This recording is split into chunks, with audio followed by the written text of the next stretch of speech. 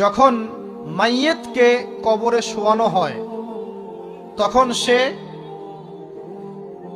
তাকে দাফন করে যাওয়া ব্যক্তিদের হাঁটার খসখস আওয়াজ শুনতে পায়। এরপরে তাকে যখন শুইয়ে দেওয়া হয়, সে যদি মুমিন ব্যক্তি হয় তাহলে তার মাথার দিকে তার সলাত এসে দাঁড়িয়ে যায়। দুনিয়াতে আপনি যে নামাজগুলো পড়েছেন, আমি যে নামাজগুলো পড়ছি, এগুলো মাথার দিকে দাঁড়িয়ে যায়। ডান দিকে চলে আসে তার সওম, সওম মানে কি? রোজা। বাম দিকে চলে আসে যাকাত, যাকাত মানে কি? যাকাতের সাথে তো আমরা পরিচিত নই। আমরা ওই যে রাস্তাঘাটে যে দান খয়রাত গুলো উঠানো হয়, এগুলোর সাথে খুব পরিচিত, তাই না? তারপরে পায়ের দিকে চলে আসবে তার আত্মীয়তার সম্পর্ক রক্ষার ইবাদত, তার এই যে অন্যান্য দান সদকা, তার নফল আমল, তার তাসবিহ তাহলিল, তার কোরআন তেলাওয়াত ইত্যাদি পায়ের দিকে চলে আসবে। এখানে একটা হাদিস এসেছে, সূরাতুল মুলক যে ব্যক্তি রাতের বেলা তেলাওয়াত করবে, কোন সূরা ভাই? তাবারাকাল্লাযী বিয়াদিহিল মুলক ওয়া হুয়া আলা কুল্লি শাইইন কাদির।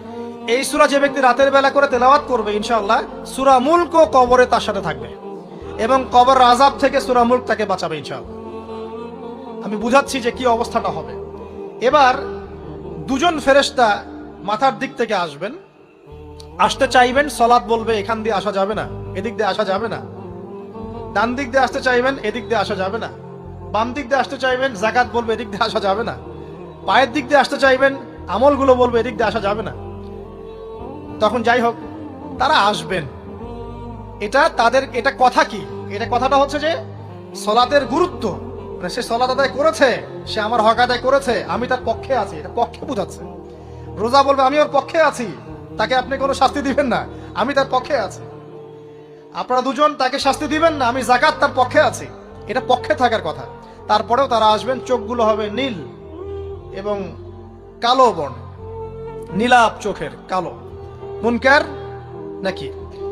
উঠে বসিয়ে দেওয়া হবে। এবার তিনটা প্রশ্ন। প্রথমে প্রশ্ন হচ্ছে কি, মান রব, তোমার রবকে? তখন মুমিন বান্দা বুক ফুলিয়ে বলবে রব্বি আল্লাহ, আমার রবকে।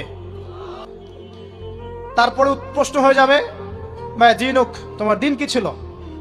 মুমিন বান্দা উত্তর দিবে কি, দিন ইয়াল ইসলাম, আমার দিন ছিল ইসলাম। এখানে শুনে রাখেন, পৃথিবীতে যারা ইসলামকে পরিপূর্ণ রূপে পালন করবে তারাই এই উত্তর দিতে পারবে ইনশাআল্লাহ। যারা ইসলামকে ঠাট্টা বিদ্রুপের হাসি তামাশার পাত্র বানিয়েছে, মন চাইলে কিছু করি, মন চাইলে কিছু করি না, সহজগুলো একটু আমল করি, বাকি কিছুর আমল ধারি না, হ্যাঁ, নামাজ পড়ি, সুদ ছাড়তে পারি না, ঠিক আছে, বছর বছর ওমরা করি, এদিকে ঘুষ দুর্নীতি ছাড়তে পারি না, ইসলামকে ঠাট্টা